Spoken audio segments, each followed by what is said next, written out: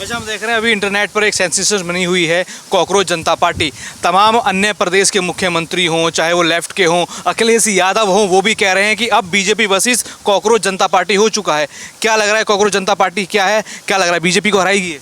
मेरी नज़र में कॉकरोच तो गटर के अंदर रहता है, और जो चीज़ गटर में गंदगी में रहे उसको तो मैं दूर देखता हूँ, चप्पल खींच के हूँ। मैं क्या, पूरा हिंदुस्तान, पूरा विश्व ही करता है। या तो मीडिया पे फॉलोअर बढ़ते जा रहे हैं। फॉलोवर देखिए, फॉलोवर बढ़ना इस बात की वो नहीं है कि आप जो है पार्टी बना लिए तो आप चुनाव जीत जाएंगे। मैदान में उतरे, जो सच है उसका सामना करें। ये कॉकरोच नाम रख लेने से और कॉकरोच पार्टी बना लेने से कोई हमारे कंप्यूटर नहीं खड़े हो गए। वो ये सिर्फ सोशल मीडिया का एक मिथ है, मिथ से आगे कुछ नहीं है। और ये सब कुछ AI के थ्रू चल रहा है। जो इसके संरक्षक बने हुए हैं, जो संस्थापक बने हुए हैं, वो कहाँ हैं? विदेशों में बैठे हुए हैं। और वो हिंदुस्तान के नौजवानों को, जो कि बहुत, मैं कहता हूँ बहुत मासूम नौजवान यहाँ का है, उसको बरगला के बहका करके ये बांग्लादेश जैसा और भी मुल्कों जैसा कि हुआ है पाकिस्तान वगैरह में, वो माहौल खड़ा करना चाहते हैं। ये सब देश गद्दार, देशद्रोही हैं, देश के गद्दार हैं।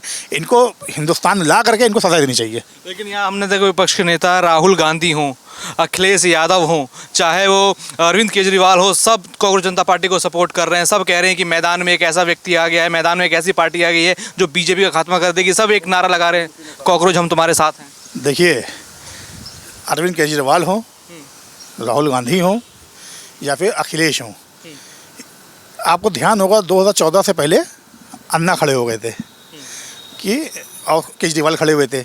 उनका मकसद क्या था उस वक्त कि सत्ता को, वहाँ की कांग्रेस सरकार थी उस समय, तो उसके खिलाफ खड़े हुए थे। एक प्रोपेगेंडा था और जनता को गुमराह किया उन्होंने। जनता ने उस समय भारतीय जनता पार्टी को, मोदी जी के चेहरे को वोट दिया। ठीक है, कांग्रेस बेदखल हो गई।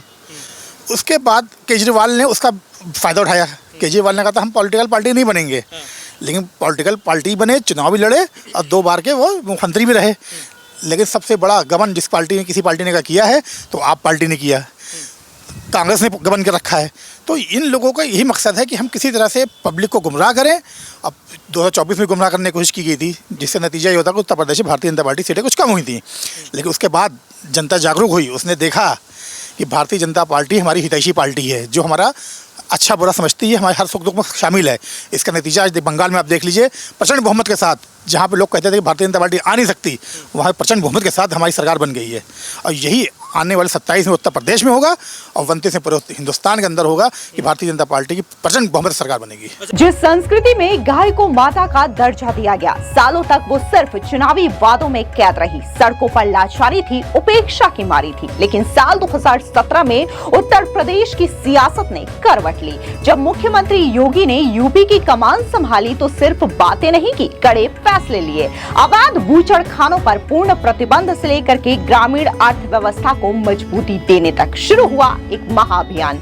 मुख्यमंत्री योगी, जिन्होंने कहा कि गौ सेवा हमारे लिए केवल एक नीति नहीं बल्कि सनातन संस्कृति के प्रति हमारा अटूट संकल्प है। आज यूपी के हर जिले में 6500 से ज्यादा सक्रिय गौ संरक्षण केंद्र है, जहां 14 लाख से अधिक गौवंश को सीधा आसरा मिला है।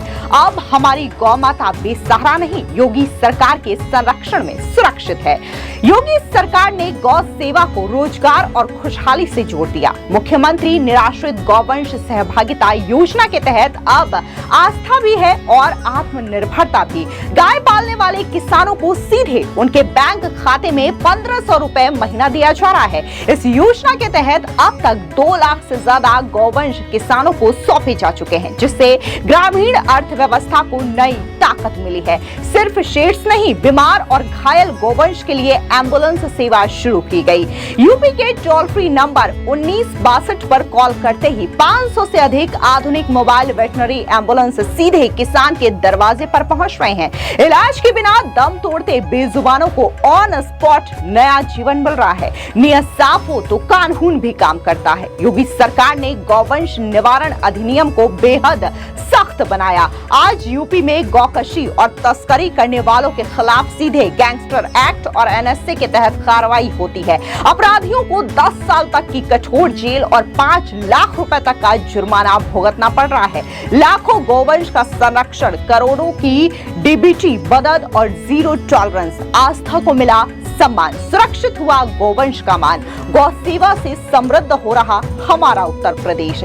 सेवा का संकल्प आंकड़ों का प्रमाण है, योगी है तो यकीन है। अब 27 में दोबारा यहाँ मौका मिल रहा है राज्य में सरकार बनाने के लिए, तो क्या मानते हैं जो तमाम जेंजी हैं, मुस्लिम हैं, चाहे अखिलेश यादव पीडीए की बात करते हैं, तमाम सभी वर्गों की बात करते हैं, तो क्या लग रहा है वो सभी वर्ग या फिर पूरी यूपी की जनता किसको चुनने वाली है? उत्तर प्रदेश जनता उसको चुनेगी जिस पार्टी ने उसके लिए कार्य किया है, काम किए हैं, जिसने योजनाएं बनाई हैं। योजनाएं बनाई है भारतीय जनता पार्टी ने, जितनी योजनाएं चल रही हैं उसका पूरा लाभ उत्तर प्रदेश की जनता को मिल रहा है। कोई 1% का उसमें भेदभाव नहीं है कि तुम हिंदू हो तो सिर्फ हिंदू मिलेगा, मुस्लिम से मुस्लिम मिलेगा, या किसी को नहीं मिलेगा, सबको मिल रहा है। और उत्तर प्रदेश की संपूर्ण जनता, या किसी मज़हब से, धर्म से मानने वाली हो या पंथ की हो, वो सब भारतीय जनता पार्टी के साथ खड़े हुए हैं, क्योंकि योजनाओं का लाभ ले रहे हैं। तो वो देख रहे हैं कि हमारी किसने कार्य किया। कांग्रेस ने क्या किया, अखिलेश ने कौन सी ऐसी योजना चलाई इसका लाभ उत्तर प्रदेश जनता को मिला हो? उन्होंने एक मेट्रो चलाई थी, एक आगरा एक्सप्रेस वे बनाया था। आज भारतीय जनता पार्टी ने लगभग कई शहरों में मेट्रो तैयार कर दी, चाहे वो आगरा हो, चाहे वो कानपुर, और भी शहर हैं। एक्सप्रेस वे का पूरा जाल बिछा रखा है। अभी आप देखिए गंगा एक्सप्रेस वे का उद्घाटन हुआ, पूर्वांचल एक्सप्रेस वे देख लीजिए, अब आपका कानपुर लखनऊ कानपुर एक्सप्रेस वे होने जा रहा है। इस सब तमाम बुंदेलखंड एक्सप्रेस, तमाम एक्सप्रेस वे ऐसे हैं जो उत्तर प्रदेश की शान को बढ़ा रहे हैं। तो आने वाला वक्त भारतीय जनता पार्टी का, उत्तर प्रदेश की जनता भारतीय जनता पार्टी को ही वोट देगी। उत्तर प्रदेश के मुख्यमंत्री योगी आदित्यनाथ ने कहा कि खुले में नमाज अदा करना बिल्कुल भी स्वीकार्य नहीं होगा, क्योंकि ट्रैफिक बाधित होता है, लोगों को परेशानियां होती हैं। आप एक मुसलमान होने के नाते क्या मानते हैं, सीएम योगी का जो ये कथन है वो सही है कि गलत है? कि मुसलमान क्या सड़क पर नमाज पढ़ेगा, या फिर मस्जिदों में, अपने घरों में, या फिर जो उनके लिए जगह बनी है? ये योगी जी सिर्फ नहीं कह रहे हैं, ये इस्लाम भी कह रहा है कि सड़क पर नमाज स्वीकार्य नहीं है, क्योंकि नमाज के लिए जो जगह स्थान है वो है मस्जिद। नमाज मस्जिद में स्वीकार होती है। उसकी वजह क्या है? मस्जिद एक पवित्र जगह है, एक पाक साफ जगह है, जहाँ पे इंसान नहा धो करके वज़ू करके जाता है, नमाज़ पढ़ता है। सड़क किस लिए है? सड़क चलने के लिए है। उस पर इंसान भी चलता है, जानवर भी चलता है, गाड़ी घोड़े भी चलते हैं। तो वो रोड पवित्र यानी पाक साफ नहीं हो सकती। और नमाज का पहला उसूल क्या है कि मनुष्य जो नमाज़ पढ़ने वाला है वो भी पवित्र हो, और जहाँ नमाज़ पढ़ रहा है वो भी पवित्र हो। जब दोनों चीज़ें अपवित्र हैं तो नमाज़ कहाँ से हो सकती है? योगी जी का कथन बिल्कुल सत्य है, 110% मैं से इत्तेफाक रखता हूँ। जैसे सीएम योगी ने कहा कि ये प्रशासनिक व्यवस्था बना के रखनी पड़ेगी, सड़क व्यवस्था बना के रखनी पड़ेगी, नहीं मानता है तो दूसरे तरीके से उसको समझाया जाएगा। देखिए, जो विपक्ष है, विपक्ष ने मुसलमानों को इतना बरगलाने की कोशिश करता है। जो इस्लाम मना कर रहा है, जो शासन प्रशासन मना कर रहा है, उसको बोलने करो नमाज जगह नहीं तो रोड पे पढ़ो। जब रोड पे नमाज ही नहीं है तो ऐसी बातें करने से क्या फ़ायदा, किसी को गुमराह करने से, और उस पर फिर दंगा फसाद हो। तो ये तो देखिए विपक्षी पार्टियों का शुरू का है मामला। अखिलेश जो है उनका ये इस चीज़ के स्पष्ट है, दंगा कराने के। वो जो जब जहाँ दंगा ना हो तो वहाँ दंगा करा दो, ठीक है? तो ये मुसलमानों को बरगलाना, बहकाना ये बंद करें। और मुसलमानों से अपील करता हूँ कि नमाज मस्जिद पढ़े, पब्लिक ज़्यादा है तो शिफ्ट में पढ़ें, एक सुबह 7 बजे पढ़ लें, फिर 8 बजे पढ़ लें, फिर 9 बजे पढ़ लें। इससे एक फ़ायदा ये भी होगा, जो लोग देर से सो उठते हैं तो वो देर से नमाज़ पढ़ लेंगे, नमाज सबकी हो जाएगी। नहीं, अखिलेश यादव तो मुसलमानों के समर्थन में आ गए हैं। वो तो कह रहे हैं कि अगर भैया जगह कम है तो आ जाओ सड़कों पर, क्या दिक्कत है? अगर अव्यवस्था है, जगह नहीं है तो सड़कों पर आ जाओ। तो मैं अखिलेश जी से एक निवेदन करना चाहूँगा कि अपना प्रदेश कार्यालय में स्थान दे दें नमाज़ पढ़ने के लिए। सड़क पे तो भाई धूप होगी, प्रदेश कार्यालय में तो शेड वगैरह पड़ा हुआ है, तो वहीं स्थान देते, वहीं नमाज़ पढ़ ली जाएगी, उसमें क्या बुरा है? रोड पे नमाज़ पढ़ना मना है इस्लाम में भी, और हमारी सरकार ही मना कर रही है। तो मुसलमानों से मैं अपील करता हूँ सड़क पर नमाज़ ना पढ़ें, और अखिलेश जैसे लोगों को आईना दिखाने का काम करें। देखिए, अखिलेश यादव कहना है कहीं एक चिंगारी लगाने का काम कर रहे हैं, भड़काने का काम कर रहे हैं, जिससे नुकसान मेरे को लग रहा है मुसलमानों का ही होना है। कोई नुकसान नहीं होना, मुसलमान बहुत समझदार है, मुसलमान मस्जिद में ही से नमाज़ पढ़ेगा, रोड पर नमाज़ नहीं पढ़ेगा। आप देख लीजिएगा, किसी कहीं पर भी आपको एक फ़ोटो दिख जाए तो मुझसे आप बताइएगा, सारा मुसलमान नमाज जो पढ़ेगा वो पढ़ेगा मस्जिद के अंदर। अच्छा, हम देख रहे हैं लगातार जब से 2027 के यूपी के चुनाव सामने आ रहे हैं, पास आ रहे हैं, तो नेताओं की भाषा बड़ी अभद्र हो रही है। चाहे वो अजित सिंह लोधी हों, सपा के सांसद, उन्होंने कैसे पीएम मोदी को गाली दी। उसके बाद हमने देखा राहुल गांधी ने पूरी बीजेपी को गद्दार कह दिया, आरएसएस को गद्दार कह दिया, मोदी अमित शाह उनको गद्दार कह दिया। फिर अजय राय ने किस तरीके से भाषा का इस्तेमाल किया कि पीएम मोदी की डैश डैश, उन्होंने ये सब बोला। क्या मान रहे हैं लगातार ये कांग्रेस की जो भाषा है वो क्यों बिगड़ती जा रही है? देखिए, पढ़े लिखे में और अनपढ़ में बहुत अंतर होता है। सिर्फ डिग्री हासिल कर लेने से कोई व्यक्ति सभ्य नहीं हो जाता, उसको ज्ञान नहीं आ जाता।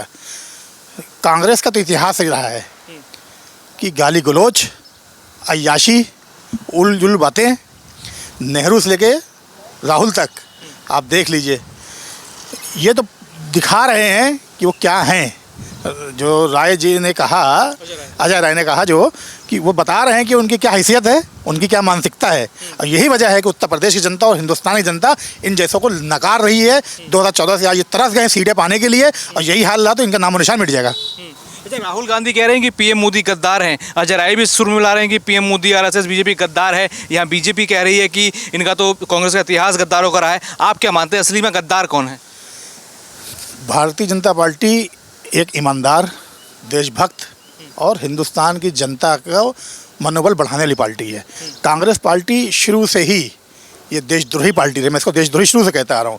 मैं इसलिए कह रहा हूँ, जब चाइना ने हिंदुस्तान में घुसपैठ करने की कोशिश की तो उसके सिपाहियों ने बॉर्डर पर मुठभेड़ हुई थी, तो राहुल गांधी संसद भवन में हंस हंस के बोल रहे थे कि मैंने तो कहा था कि भारतीय सैनिक पीटे हैं, जबकि ऐसा कुछ नहीं हुआ था। भारतीय सैनिकों ने तो चाइना के सैनिकों को पीछे ढकेल दिया था। और इस पर मुकदमा भी चल रहा है लखनऊ के अंदर। अब तो सुप्रीम कोर्ट ही पहुंच गया मुकदमा, और उस पर कई डेटें पड़ चुकी हैं। तो ये तो खुद ब खुद साबित कर रहे हैं कि गद्दार कौन है। जो सिपाही का मनोबल गिराए, देश के सैनिकों का मनोबल गिराए, सबसे बड़ा गद्दार तो वो है। और इनकी किसी बात में भी देशभक्ति की भावना नहीं होती। जो वंदे मातरम से परहेज करे, उससे बड़ा गद्दार कौन हो सकता है। जल ही जीवन है, लेकिन दशकों तक उत्तर प्रदेश के गांवों के पारंपरिक तालाब उपेक्षा और अतिक्रमण के आंसू रोते रहे। भूजल स्तर पाताल में गिरता रहा।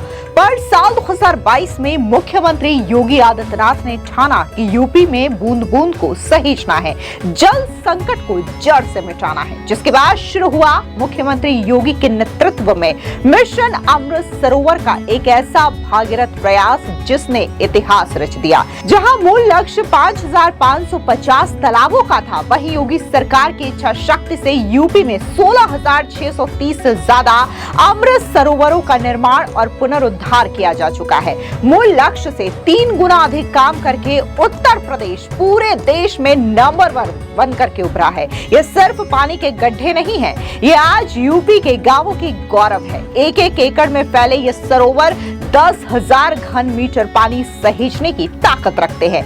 इनके चारों तरफ 23 लाख से ज्यादा स्वदेशी पेड़ पौधे लगाए गए हैं। आज जहां सुव्यवस्थित घाट है, बैठने के लिए बेंच है और शाम को टहलने के लिए वॉकवे है।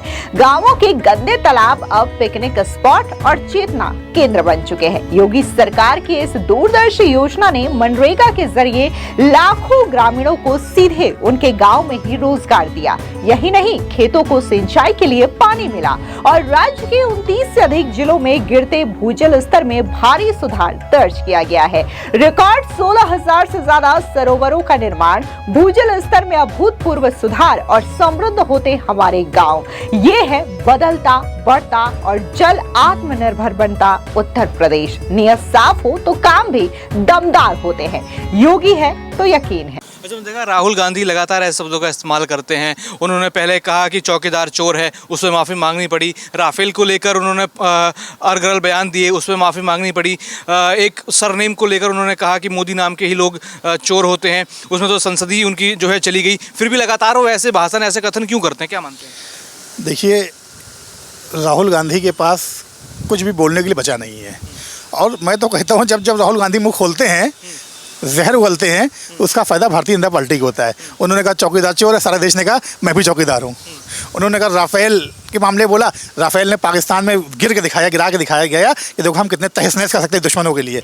तो राहुल गांधी को कोई ज्ञान नहीं है, और जिसको ज्ञान नहीं, उसको बोलने की तमीज़ नहीं होगी। जिसको तमीज़ नहीं, वो नेता बनने के लायक नहीं है।